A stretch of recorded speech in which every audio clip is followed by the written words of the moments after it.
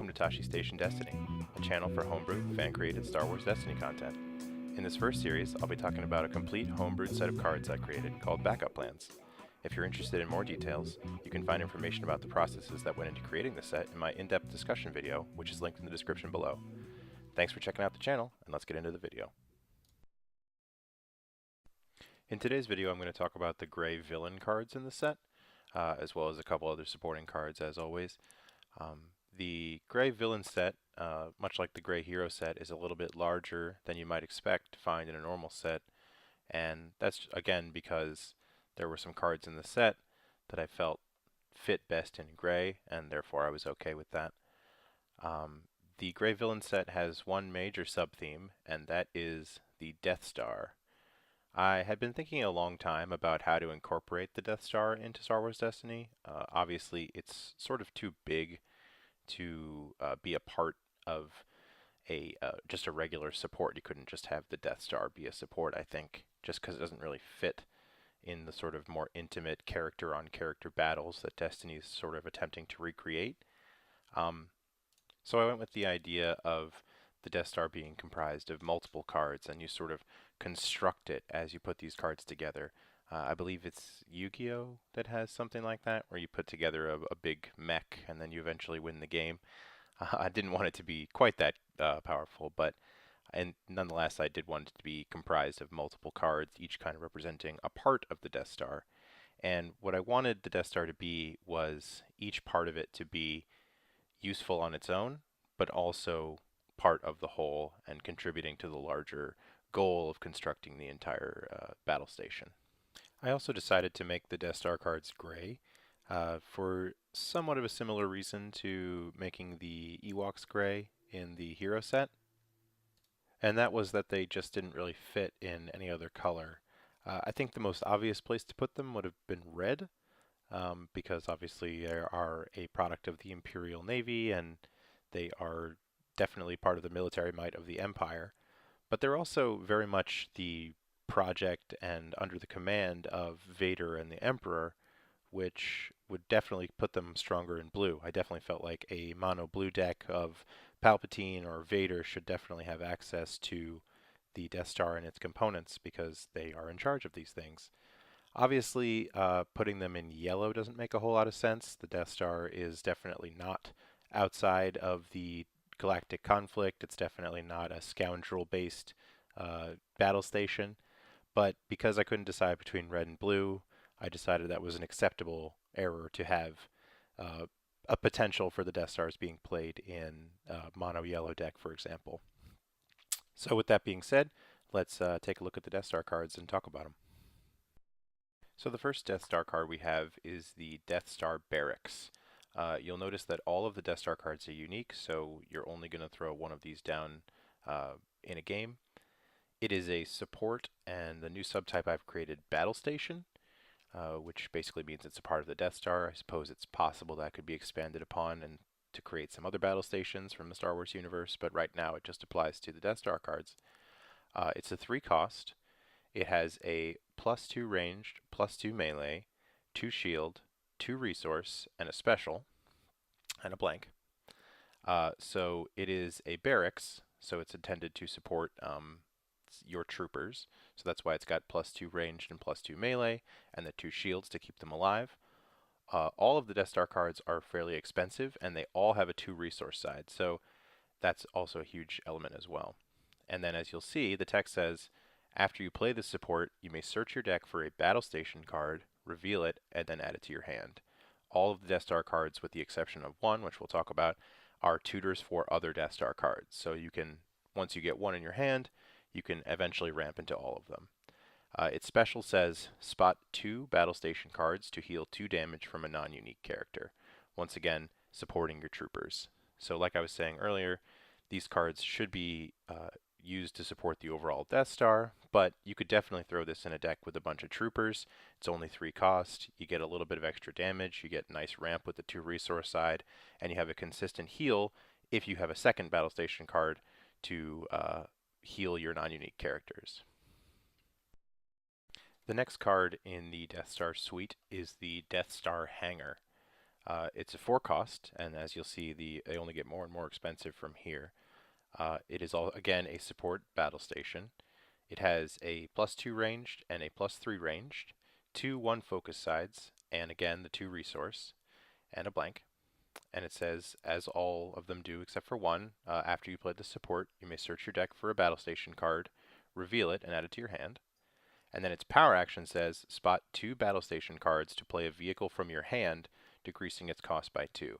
So not only do you have the 2 resource side to help you ramp into future battle station cards, you also have the 2 resource discount on vehicles every turn. So you could definitely throw this into a vehicle deck alongside at least one other battle station card and help you ramp out your vehicles as well, with the +2 and +3 providing a little extra damage along the way. Next in the Death Star suite, we have the Death Star Turbo Laser. It's a 4 cost, again, support battle station. It has 2 range, 2 range, a 4 range for $1, 2 disrupt, again the 2 resource, and a blank. And it has the tutor effect, which allows it to draw other battle station cards when you play it. And it says spot 2 battle station cards to remove a vehicle die as its power action. This is probably the second card you would include if you're just including the barracks for trooper effects or the hangar for vehicle ramp. This would probably be the other card because it has the unmodified base damage sides that you can pair, and it also just is a good all-around card for 4. The being able to remove a vehicle die by spotting 2 battle station cards is a nice bonus, but I think this card is mostly going to be played for its die side and, again, to be a second battle station card in those decks that aren't trying to build the entire Death Star, but are just trying to use the individual pieces to serve their own deck's goals. The next Death Star card we have is the Death Star Reactor, and it is a 5 cost support battle station, and its die has a 2 focus, a 3 focus, the 2 resource, a 3 resource, and 2 disrupt and a blank. It has the tutor effect, which allows you to draw or search your deck for a battle station card when you play it, add it to your hand. And its power action says, resolve a die showing a resource cost for free. So there's a fair number of pay sides on not only the Turbo Laser, but also throughout the other expensive cards. And so the power action allows you to resolve those sides for free. Now granted, it is a 5 cost support, so it's going to take some time to ramp into it, but it itself powers pretty much everything once you get it on the table, be it through the focus sides that let you turn all of your dice to the sides that you want, or the resource sides, which basically let you ramp into the very expensive other things in your deck, such as battle station cards. The reactor could be one of the other cards that you'd include if you're just including pieces, just because it has such powerful ramp capabilities. But it is very expensive, so it's going to have to require some dedicated resource gain, either from other battle station cards or through by some other means, to get it onto the field. So finally, in the Death Star cards, we have what everyone's been waiting for, the Death Star Super Laser, which is a 7 cost support battle station. It has a 5 range, a 6 range for $1, a 7 range for $2, again the 2 resource side, and a special, and a blank. The special says, discard a support from play and deal indirect damage to an opponent equal to its cost. And the power action says, remove 4 of your battle station dice to defeat an opponent's character. So obviously this is the big bad once you throw it on the table, and it's why it is the only Death Star support that does not tutor other ones. So it should be nearer to the end of the ones that you play after you've ramped up from all of your other supports, your battle station supports giving you 2 resources or 3 resources, the reactor allowing you to focus those 2 resources, you get your 7 resources and you play this on the table, and now your opponent is in trouble because you roll the special and you can blow up their vehicles and do damage to them. Or if you have 4 of these cards in play, all you simply have to do is remove them to defeat their characters. It's an extremely powerful effect and makes removing battle station dice once they hit the table paramount to survival. So now let's take a look at some of the support cards that support these big pieces. So as I said, removing battle station dice is paramount to surviving them, and so a way to cheat them onto the field is a huge benefit to a villain player using battle station supports. So here we have an event. It's a 2-cost event called Fully Armed and Operational. It has Ambush, and it says activate any number of your battle station supports in the order of your choice. So basically, if you have 4 battle station supports on the field, and one of them is the super laser, you can activate them all and then use the power action to immediately defeat an opponent's character. So it's a pretty terrifying proposition once they get in range of being able to use the super laser, so you'd better hope that you're able to defeat them before they can use this card to just wipe you out in one turn. Another way you might attempt to deal with battle station cards is by discarding them from play, either from the field by using something like Vandalize, although that would require a fair number of character dice, or discarding them from hand or deck before they're even able to be played. So here we have a villain event, 0 cost. It's called Secure the Plans, which says search your deck or discard pile for a battle station card, reveal it and add it to your hand, or play it, reducing its cost by 1. So depending on the situation, if you just need to make sure it gets out of your deck so it doesn't get milled, you can pull it into your hand, or you can immediately play it with a discount of 1. This is obviously extremely powerful and helps you ramp into battle station cards since they are very expensive, and provides a little bit of the protection against those cards being discarded by your opponent. So the next card we have also helps against your opponent removing your battle station dice, but it also works for any support dice. It's a 3-cost support called Shield Bunker, and it says after an opponent removes one of your support dice, you may exhaust this support to roll it back into your pool, and then you may take an additional action. So basically this allows, if your opponent is attempting to defeat your battle stations by removing their dice, you can throw a Shield Bunker in play, and then when they try and remove your dice, you can exhaust this support and roll it back in, and then immediately resolve it depending on what it rolls, or take any other action, of course. It works for any supports, doesn't require battle station supports, but it is very expensive, so it tends to work better with something like the battle stations that can easily ramp into the 2 resource and 3 resource sides to get it into play. 3 cost may be better spent on another vehicle or something else in a support deck, but maybe for something that's using a Vader's Fist or an Entourage or something like that, where protecting that single dice is extremely important, something like this could be also playable in that deck. Finally, in the Death Star sub-theme, we have a red card. It is a red event. It's 0 cost. It's called Double Our Efforts. And it says, play a support costing 3 or more from your hand for free. Then deal indirect damage to yourself equal to the cost of the card just played. So, in theory, you could play a Death Star Super Laser with a Stormtrooper, and just off the Stormtrooper immediately to play the Death Star Super Laser in play for free. Maybe that's a viable strategy. It's taking away 7, essentially trading 7 points of character cost and a card for the Death Star Super Laser. So maybe that's useful, maybe it's not. It's obviously playable with any other support as well. I could definitely see this again being played with something like a Vader's Fist, assuming you have both red and blue, and you have the space to put that damage on, so something with a bit of a wider number of characters and a larger health pool, and basically leveraging that health as resources to pay your big supports for free. So next we have a few other cards in the Gray Villain set that don't fit the Death Star theme, as well as some neutral cards that sort of support them.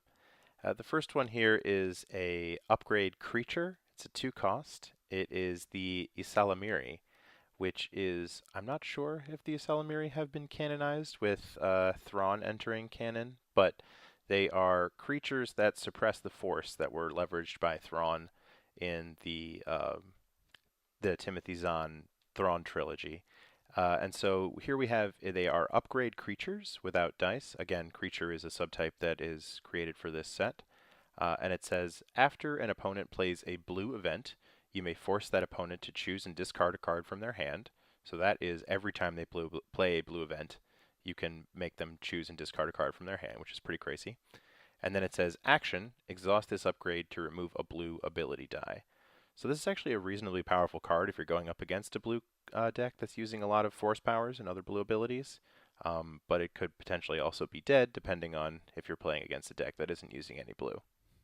So it's a bit of a silver bullet for blue, but I also just really like Isalamiri and wanted to incorporate them into the game. Next we have a neutral card, even though it has Vader on the art, and it's a zero-cost unique support called Notoriety. And it says, action, spot a title and exhaust this support to remove a die. Titles are something that obviously I did not come up with. They have been in the game since, I believe, Master of the Council back in Empire at War.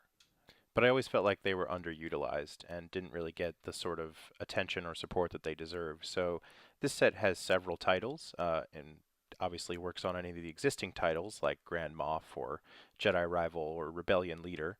And there haven't been that many great and powerful titles till now. So I wanted to create a card that took advantage of these titles and helped them do something useful, like removing dice.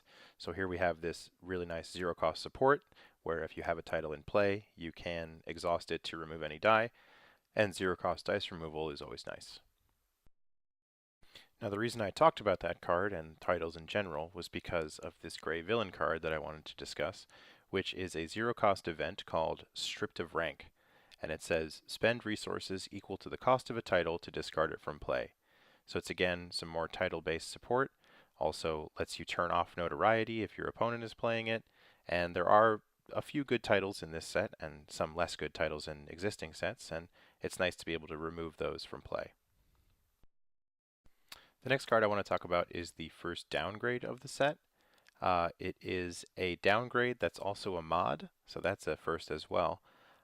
It is a droid mod, which I talked about briefly as something that I've created for the Gray Hero set and R2. But this is a droid mod that's a downgrade.